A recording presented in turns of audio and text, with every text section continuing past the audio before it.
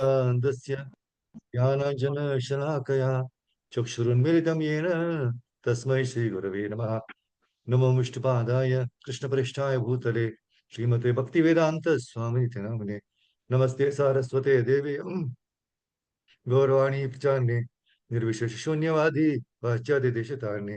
जय श्री कृष्ण चैतन्य प्रभु नित्यानंद श्री अद्वैत गदाधर श्रीवासादि गौर भक्त वृंदा। हरे कृष्णा कृष्ण कृष्णा हरे हरे, हरे Ram Ram Ram Hare Hare. So today's verse is from Bhagavad Gita, 4th chapter, verse number 3. स एवायं मया तेद्य योग प्रोक्त पुरातनः भक्तोऽसि मे सखा चेति रहस्यं ह्येतदुत्तमम्. स एवायं मया तेद्य योग प्रोक्त पुरातनः भक्तोऽसि मे सखा चेति रहस्यं ह्येतत् उत्तमम्. Translation by His Divine Srila Prabhupada, Srila Prabhupada ki jai. That very ancient science of the relationship with the Supreme is today told by me to you because you are my devotee as well as my friend and can therefore understand the transcendental mystery of this science. Jai Srila Prabhupada ki jai. It's a very beautiful verse. See, in the 3rd chapter, Krishna explained that lust covers knowledge and ignorance binds us to the material world. And he also says that dutiful detached work, that is karma yoga, is a means given to attain transcendental knowledge. So chapter 3 glorifies transcendental knowledge as number 1, being able to elevate us from sakama karma yoga to nishkama karma yoga. And second, being able to award our intelligence the strength to overcome all lusty desires. And third, having the power to purify our consciousness from passion to goodness. So now in 4th chapter, this chapter emphasizes what is transcendental knowledge and how it is received. In fact, in 3.30, Krishna mentioned that to perform the highest level of karma yoga, surrendering all works to Krishna, one must know who Krishna is. Right? So chapter 4, it provides this knowledge. See 4.1, 2, and 3, right? The presentation of Bhagavad Gita's history is actually a precursor to Krishna's revelation of his transcendental nature. The point to understand is that learning the tradition of this knowledge, it will give Arjuna faith in what he is hearing. And moreover, Krishna's claim, right, to be the original proponent of knowledge, that is more than 2 million years. No, it sparks a conversation that, right? So, see, the point we let us see importance of Bhagavad Gita for royal order. Why? First verse is 4.1. Why the importance of Bhagavad Gita for royal order, like kings and all, right? Number 1, to rule the citizens and protect them from material bondage to lust. Second is to impart Krishna consciousness and value of human life to citizens by education, culture, and devotion. So thus helps them pursue a successful path of human life. See, the importance of Bhagavad Gita being given to sun god as a first disciple, that is Vivaswar, right? So this indicates that Bhagavad Gita is not a, speculative treatise purposes for insignificant mundane scholars, but it is a standard book of knowledge from time immemorial. See, Krishna, he did not give this knowledge to any ordinary person. He selected sun god because the sun is the king of all planets and controls all planets and is rotating under Krishna's order. So history of Bhagavad Gita is, it exists in human society since Maharaj Ikshvaku. Some 2 billion years, right? And it is given to Vivaswan at least some 1.2 billion years ago. Again spoken to Arjuna 5,000 years ago. Why? Because the original purpose that was scattered by motives of unscrupulous commentators. Bhagavad Gita is apaurushaya, superhuman, because it is spoken by Krishna, who is beyond the four defects of conditioning human being. And and actually one should very careful. One should accept this Bhagavad Gita without mundane interpretation. You should accept it as it is. Very important. So, what is demoniac spirit to approach Bhagavad Gita? The demonic spirit is not to follow parampara, whimsical interpretation, because they dissipate its value for no one's benefit and using God's property to make money. And to accept it as a treatise of philosophical speculation. So, this is simply a waste of time, right? And not to accept Krishna as he is and concocting something about Krishna. So, these are the demonic interpretations, how they approach Bhagavad Gita. So, the importance of this edition as it is very useful. See, most of the present editions, Prabhupada says, are not according to authorized disciplic succession. So, there is a need of an edition in line with parampara. So, the point to understand is to revive the original purpose of Bhagavad Gita. Right, that's very important. So, this is importance of this to revive the original purpose of Bhagavad Gita. The third verse which he just recited, Arjuna's qualification is given. What is it? Arjuna is devotee and friend. So Arjuna he accepts Krishna as Supreme Personality of Godhead. Two very important, right? You should be devotee and a friend and accept Krishna as the Supreme Personality of Godhead. So what is real devotional service to the cause of Bhagavad Gita? See, any commentary on Bhagavad Gita in the footsteps of Arjuna, this is the only benefit from Bhagavad Gita. Should follow as it is from how Arjuna accepted and understood Bhagavad Gita. See, we all know. Sorry.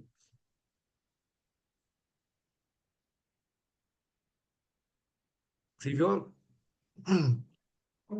know this Krishna conscious movement is a wonderful movement, where it is coming under the bona fide parampara system of Brahma Gaudiya Vaishnava Sampradaya. Srila Prabhupada gives wonderful meaning of the word parampara in the 4.2 verse. He very clearly is that parampara means disciplic succession. See, Prabhupada has put the words very carefully here, each word to word meaning, not capriciously. So this is a point we should remember. See, in many of his letters, Prabhupada has said that I am servant of His Divine Grace Bhakti Siddhanta Saraswati Thakur Prabhupada. Prabhupada never proclaimed himself as Guru. So however, by virtue of Prabhupada's exalted behavior and qualities, and also being a pure devotee, whoever comes in touch with Prabhupada, either through personal association or through his books or Vani, they consider him as Jagat Guru. So that should be nature of all the disciples. The disciple always thinks himself as a sorry, the representative of Guru, not the replacement of Guru. Very important to understand that the word disciplic succession. See, that is the name. See, that is the reason we are given the names as Das, not Guru. Krishna says that this disciplic succession was forgotten. Therefore, there were self-proclaimed gurus who distorted the principle of Bhagavad Gita. So therefore, Krishna says that the supreme science of appears to be lost. It's not lost for those who understand that they are always humble servant of their spiritual master. See, one more significant point, Prabhupada has used the words chain of disciplic succession. See, actually in the word to word, there is no mention about the chain. But Prabhupada has used the word chain. Chain means a sequence of items of the same type forming a line. So chain of discipleship means that our position will always be to remain as a disciple and not proclaim ourselves as Guru. So when Guru finds one's devotional service, conduct, and behavior to be satisfactory, then he empowers the disciple to be a Guru. But at the core of the heart, the disciple always considers himself as a disciple of his spiritual master. See, a devotee never takes credit. The moment he takes credit, means he is delinked from the discipline succession because he is doing for his own glorification rather than glorification of spiritual master and Krishna. In that case, the chain of disciple succession is terminated. The moment we are not of the same type, and we fall from the parampara chain, right? So this is very important to think over. So our position as a disciple is to remember the wonderful prayer of Lord Brahma for creative energy in Bhagavatam 3:9-23. Yesha prapanna varadora shaktya yadyat karishyati grihita gunavatarah tasmin svavikramamidam sajatopi chetu yunjita karma shamalam chayatha viha vijayam. The Supreme Lord, the personality of Godhead, is always the benefactor of the surrendered souls. His activities are always enacted through his internal potency, Rama, or the goddess of fortune. I pray only to engage in his service in the creation of the middle world. And I pray that I not be materially affected by my works. For thus I may be able to give up the false prestige of being the creator. So this should be the mood of every devotee engaged in preaching the glories of Krishna. In the moment he forgets his position as eternal servant or disciple, then Prabhupada he is warning us in the purport of 4.2. He says there are innumerable interpretations rendered by different mundane scholars, but almost all of them do not accept the Supreme Personality of God Krishna, although they make a good business on the words of Krishna. So as soon as we make a business with the words of Krishna, then theoretically as devotees we may profess to accept Supreme Personality of Godhead, but inwardly we'll be thinking, I am better than Krishna. And Krishna cannot understand material aspects of life. But Krishna is the source of all material and spiritual world. And he knows everything. And he's sitting as Paramatma. So we cannot cheat him at all under any circumstances. That's why Maharaj used to say, we should always cultivate the mentality of Trinadapi Sunichena, considering oneself lower than a blade of grass, servant of the spiritual master and Vaishnavas. See, in Bhagavatam 176, Sutta Goswami says, Anarto Pashamam Sakshat Bhakti Yogam Adokshide Lokasya Ajanato Vidwams Chakre Satvata Samhita. The material miseries of the living entity, which are superfluous to him, can be directly mitigated by the linking process of devotional service. But the mass of people do not know this. And therefore, the learned Vyasadeva compiled this Vedic literature, which is in relation to the supreme truth. Superfluous means not needed. Miseries are not needed for living entities, whose original position is spiritual, right? But because we are wrongly identifying ourselves with the material body, bodily relations and designations, miseries are being imposed upon us. So in this verse, the remedy for miseries is given. Bhakti Yogam Adokshaje. Prabhupada very nicely says in the purport that hearing Srimad Bhagavatam helps us in the process of doing nice, loving devotion to Adokshara, just by hearing. So since this secret was not known to the general mass of people, Vyasadeva with great compassion has given this valuable gift of Srimad Bhagavatam for all the suffering souls. See, in one of the classes on this verse, Srila Prabhupada says, so this Srimad Bhagavatam is meant for persons who want to finish this life of anartha, meaningless life. For them, Srimad Bhagavatam, right? For them, Srimad Bhagavatam, Vyasadeva was given to us. So we should study very carefully. And we have tried, see, Prabhupada has given each and every word's meaning, translation, purport, consulting all the big acharyas, right? Acharyavan Purusho Veda. So one who is following the footsteps of the acharya, he knows everything. So that is explained, right? Eva parampara praptam in 4.2 by the acharya. So we don't create any meaning, Prabhupada says. Acharyavan, one who is to accept a bona fide spiritual master and take advantage and take the knowledge from him. Vidwan means who is following the Vidwan. See, Prabhupada in one of the lists gives a very good example of following the parampara authority. He says that I may be a fool, but if I learn from a person that this is a microphone. He was speaking in the class, in the microphone. So he said, I may be a fool, but if I learn from a person that this is called microphone, then I am correct. Because I learned from the authority. So if a child, he doesn't know anything. He's like, if a child he says, this is microphone, that is correct. The child is fool. But when he says this microphone, that is not foolish. Because he has heard it from authorities, from his father or teacher. This is called microphone. And he says as it is. And if he says correctly that this is microphone, that statement is correct. Although he may be a child, a fool. Similarly, Acharyavan Purusho Veda. Anyone who is following the Acharya, whatever he says is correct. Because he does not manufacture. He says what he has heard from the Acharyas, exactly like the child. What he has heard from his father, from superior, he speaks. See, we have so many shortcomings, inabilities.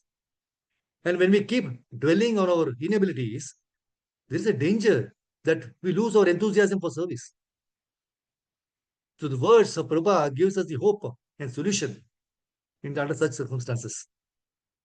We may be a fool, but if we simply endeavor to abide by the words of Guru and Krishna, then that is a perfection of life. In one of the classes, March 4, 1974 at Mayapur, Prabhupada says, dedicate your life for Krishna. That is the perfection.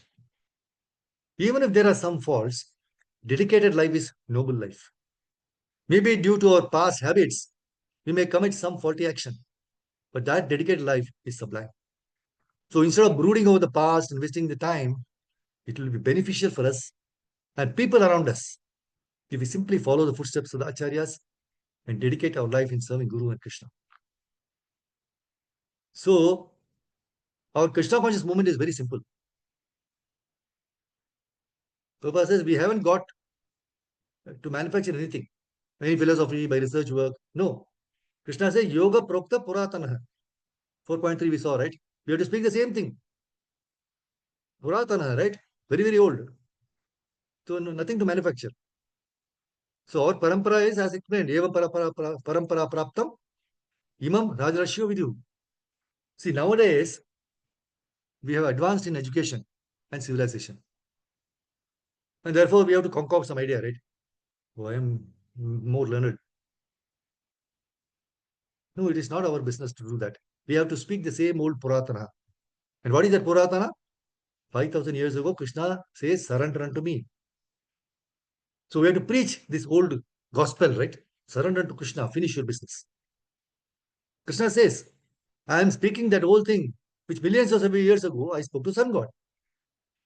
Similarly, Prabhupada says we have to refer to Krishna. 5,000 years ago, 5,000 years ago, Krishna said this. So let us repeat that. Yoga Prokta Puratana. So who can speak this? Bhaktosi, one who is actually a devotee. Other rascals, no? They interpret Bhagavad Gita in different ways. They are not speaking the Puratana. And therefore they are null and void. They are rejected. Sakale neha yoga nashtaha. So one who does not speak the whole thing by the parampara system is speaking nonsense. The real Bhagavad Gita is if you speak the very old thing. Sarva dharman paritteja mamekam sharanam. 18.6 is Bhagavad Gita says, right? So what Krishna said 5,000 years ago in the battlefield of Kurukshetra, if you speak that old thing, that Krishna desires that everyone surrenders unto him. So let me preach this cult. My dear friend, please surrender to Krishna. Then Prabhupada says, then you are a good preacher. 3 words, Prabhupada says. My dear friend, please surrender to Krishna. That's all. To become a preacher in Krishna consciousness movement is not at all difficult. We have to speak the same thing. This is confirmed by Chaitanya Mahaprabhu. Yare dekha, tare kaha Krishna upadesha. Amara agya guru hana tarai desha. Chaitanya Chatamrit Madhya Lila 7.128. Yare dekha, tare kaha Krishna upadesha. This is Guru. Guru does not mean anything extraordinary. So Krishna says, no, you are my devotee. See, Arjuna is an ordinary family man. He is a military man. Krishna said, I am speaking to you. See, Arjuna was not a Vedantist, a Vedic Vedantist or a good scholar in Vedanta philosophy. No, he was not a Brahmana.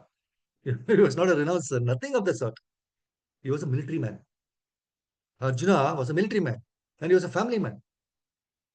So he was to look after the interests of his family, right? Still, Krishna selected him to be the authority of Bhagavad Gita. Why? Now, Bhakto, see, because you are my devotee. So that is the qualification.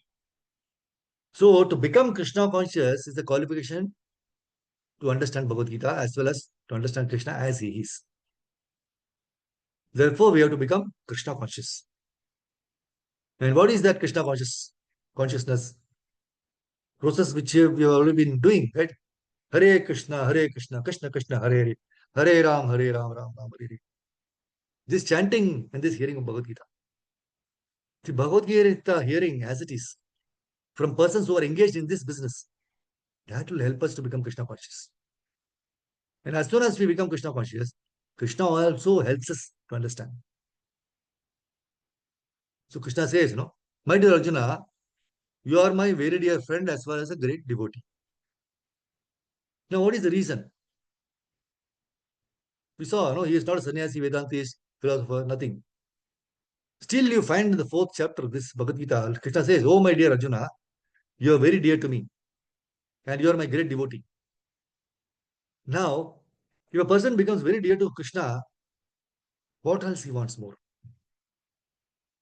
How he became so? He became by this karma yoga. He was a military man. And the problem was before him, right? Whether to fight with his kinsman or not. That was his problem.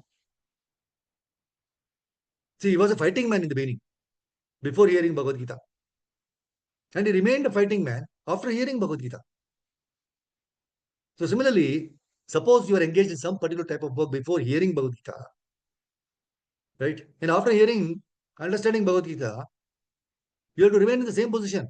Not that after hearing this Bhagavad Gita, you have to take the dress of a mendicant, sannyasi, give up family connection. No, it's not meant like that. You have to change your mentality. That's all. And what is that mentality? That mentality is that you are working for your sense. See, you are working for your sense gratification, right?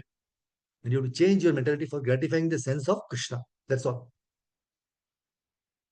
See, ordinary work means working for our own sense gratification. I want to eat this. I purchase from the market. This very nice thing. Palatable for my tongue. So I purchase and I eat it.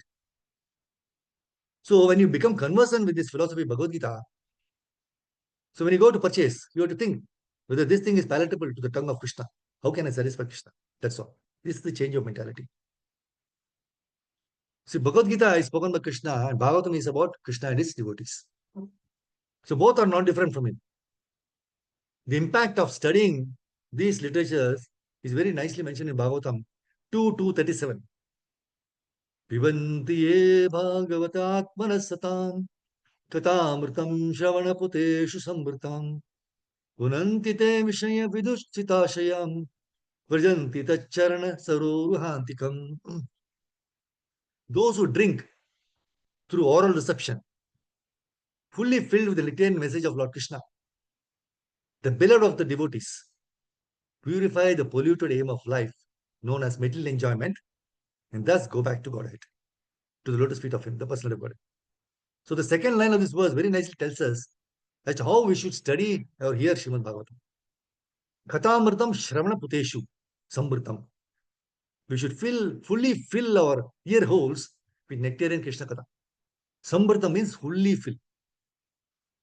We should not give room for any mundane topics, but ensure that the ears are fully filled with Krishna Katha. So Prabhupada very nicely mentions the purport of this verse. By sufficient hearing of Srimad Bhagavatam, the polluted aim of life, that is, namely lording it over matter, it will subside. And the people in general, no, in all parts of the world, they'll be able to live a peaceful life of knowledge and bliss. Reading Srimad Bhagavatam naturally uplifts our consciousness and it increases our devotion towards Krishna. See, while in this journey, we also fall in love with Krishna in various ways. We get impressed by his magnanimity and the intelligence behind his creation. And then we get impressed after understanding the minute details of operation of this material world. We also come to know about Krishna's kindness, compassion, bravery, so many qualities through the real incident realizations of his devotees.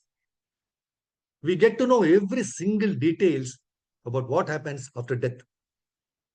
We get to know how Krishna has expertly arranged hell as well as hell also for the sinful souls. Then we understand through his devotees unlimited glorification of Krishna. And in the process of reading, right, gradually we begin to realize our relationship with Krishna by the mercy of Guru and Krishna.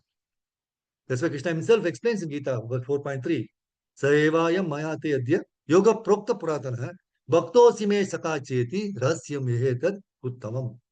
That very ancient science of the relationship with the Supreme is today told by me to you because you are my devotee as well as my friend. You can therefore understand the transcendental mystery of this science. So Srila Prabhupada says that Bhagavad Gita is best understood by a person who has qualities similar to Arjuna's. The point to understand is establishing a relationship with Krishna, right? To be like Arjuna and acquire his qualities of full surrender. So we need not to know Krishna through Srimad Bhagavatam, no matter how big the book looks. See, even Everest is the tallest mountain of all. And the journey to climb Mount Everest begins from the ground itself. It's a matter of taking one step at a time and not thinking about when will we reach at the top. The same is with Bhagavatam. If we begin with one step, one verse, one page, one chapter at a time, slowly and steadily we are bound to study all the cantos by causeless mercy of Guru and Krishna. And while we are studying, the medicine of Bhagavatam, no, it starts taking effect immediately. The purification, punanti, effect of Bhagavatam, it cleanses our anarthas and gives us a holistic vision of everything that we see around. Bhagavatam is meditative. So no other meditation is as relishing, as thrilling, as enjoyable as Srimad Bhagavatam.